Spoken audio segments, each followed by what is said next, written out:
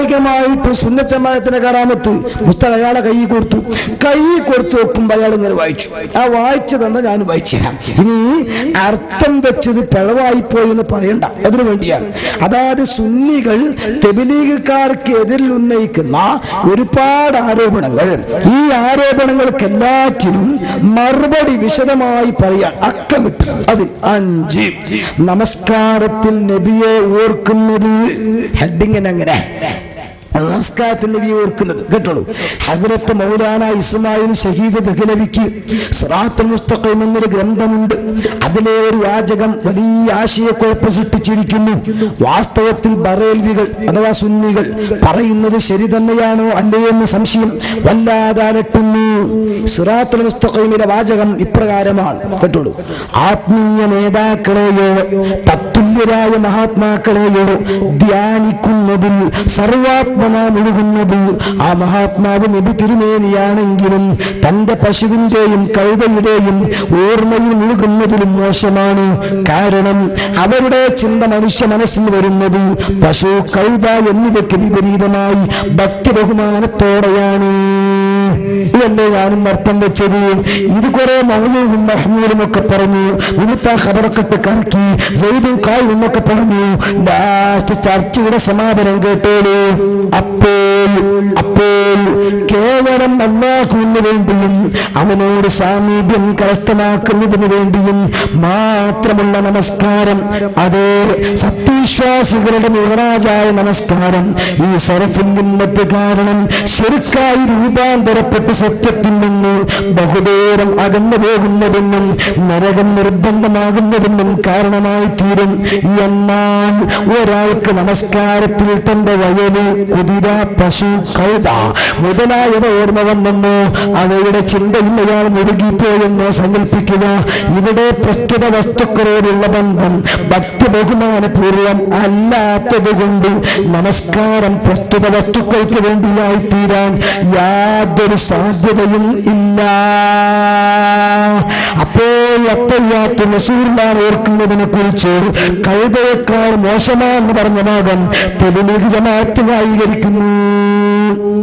ഇതങ്ങ് പറഞ്ഞപ്പോ ആ അഡ്വക്കേറ്റ് ചോദിച്ചു, അല്ല ഈ മുസ്ലിയാർ പറഞ്ഞ വാദം നിങ്ങൾ ഗ്രന്ഥത്തിലുണ്ടോ ഇല്ലേ? Yes or no. കാരണം ഇയാളിങ്ങനെ പരത്തി പോവാൻ. അപ്പൊ ജഡ്ജി ചോദിച്ചു യെസ് ഓർ നോ, ഉണ്ടോ ഇല്ലേ? അപ്പൊ അയാൾ ബുക്ക് ഇങ്ങനെ കൈ പിടിച്ചിട്ട് പറഞ്ഞു, ഇത് നിങ്ങൾക്ക് മനസ്സിലാകുന്നില്ല, എന്നെക്കൊണ്ട് മനസ്സിലാക്കി തരാൻ കഴിയുന്നില്ല. അതൊരു സദസ് അങ്ങ് ചിരിച്ചു, ജഡ്ജിയും ചിരിച്ചു. മേശയ്ക്ക് വെച്ചിട്ട് പറഞ്ഞു, ഇപ്പൊ നിങ്ങൾക്ക് ബോധ്യപ്പെട്ടില്ലേ? അങ്ങനെ അയാൾ വേഗം ബുക്ക് അവിടെ വെച്ചു. ഒരര ഗ്ലാസ് കട്ടൻ ചായ ഉണ്ടായത് കുടിച്ചിട്ട് വേഗം അങ്ങോട്ട് ഇറങ്ങി. തബ്ലീഗുകാരും ഇറങ്ങി. എന്നോട് ആ മഹല്ലുകാർ പറഞ്ഞു, ഇത് ഞങ്ങൾക്ക് ഓരോന്നും പറഞ്ഞിട്ട് അവസ്ഥാനെ. അങ്ങനെ 45 മിനിറ്റ് ഞാൻ ക്ലാസ് എടുത്തു. അന്ന് തന്നെ പള്ളി കയറി ഇശായി നിസ്കരിച്ചു, ഹദ്ദാദ് റാത്തീബ് ചൊല്ലിയിട്ട് ഞാൻ പോന്നു. ഇന്നും ആ മഹല്ലിൽ ഒരു സഖാഫിയാണ് കാലി. പക്ഷേ അന്ന് പിടിച്ച കാസറ്റ് കിട്ടാത്തൊരു ദേഷ്യം ഇപ്പോൾ എനിക്ക് അവരോടുണ്ടെന്ന് മാത്രം. എത്തിക്കാൻ വേണ്ടി ആവശ്യപ്പെട്ട് 6 മാസം കഴിഞ്ഞാൽ കൊണ്ടുവന്നപ്പോഴേക്ക് ഫംഗസ് ഒക്കെ നിറഞ്ഞിരുന്നു. ഇപ്പൊ ഏതാ ഇന്നാലും അതില്ലാത്ത ഇവർ നല്ല കാര്യമൊന്നും വെക്കുക. അപ്പൊ നിങ്ങൾക്ക് തോന്നുന്നു അങ്ങനെ ഒരാൾ പറയോ, നിങ്ങൾക്ക് മനസ്സിലാകുന്നില്ല, എനിക്ക് മനസ്സിലാക്കി തരാൻ കഴിയുന്നില്ല എന്നൊക്കെ ആരോ പറയോ? അത് ഇയാളുടെ അഭിമുഖത്തിൽ ഇയാൾ പറയുന്നുണ്ട്, ഒന്ന് കേട്ടോളൂ. എനിക്ക് പറയാനുണ്ട്. കാരണം ഞാൻ പഠിക്കാൻ വേണ്ടിയിട്ട് ദൈവത്തിൽ പോയി 2 വർഷം താമസിച്ചിട്ടുണ്ട്. മഹാന്മാരായ ഉസ്താദന്മാർ എന്നെ മനസ്സിലാക്കാൻ ഒരുപാട് ശ്രമിച്ചിട്ടുണ്ട്. ഗഹനമായ വിഷയങ്ങളായതുകൊണ്ട് എന്റെ ചെറിയ മനസ്സിന് താങ്ങാൻ കഴിയാത്തതുകൊണ്ട് അവർ പ്രത്യേകം അല്ലാഹുവിൽ നമസ്കരിച്ച് ദുആ ചെയ്ത് അങ്ങനെ മനസ്സിലായി തന്ന കാര്യങ്ങളുണ്ട്. അതൊന്നും എനിക്ക് പറഞ്ഞു തരാനും കഴിയില്ല, കേൾക്കുന്നവർക്ക് മനസ്സിലാക്കാനും കഴിയില്ല. അത്ര ഗഹനമാണ് ഈ വിഷയം. അതുകൊണ്ട് ഇത് മതി. അയാൾക്ക് പറഞ്ഞുതരാനും കഴിയില്ല, കേൾക്കുന്നവർക്ക് മനസ്സിലാക്കാനും കഴിയില്ല. അപ്പൊ എന്താ ഇത് ഹൈവേ? അല്ല, ഹൈവേ വരെ നമ്മൾ തസൂറാക്കുന്നുണ്ട്. നിങ്ങൾ ഇയാൾക്ക് മനസ്സിലാകുന്നില്ല, ആളുകൾക്ക് മനസ്സിലാക്കി തരാനും കഴിയുന്നില്ല. അതിന്റെ പേരാകുന്നു തബ്ലീഗിസം. കാരണം എന്താ? വഹാബി പ്രസ്ഥാനത്തിന്റെ മറ്റൊരു പതിപ്പാകുന്നു അത്. ലോകം മുഴുവൻ വിമർശിച്ച നബി തങ്ങൾ കാലെ കൂട്ടി പ്രവചിച്ചു ശൈത്താനെ കൊണ്ട് പ്രത്യക്ഷപ്പെടാനുണ്ട് എന്ന്. അയാളുടെ പേരാണ് ഇബ്നു അബ്ദുൽ വഹാബ്. ആ ഇബ്നു അബ്ദുൽ വഹാബ് ലോകത്തെ വിപ്ലവകാരിയാണ്.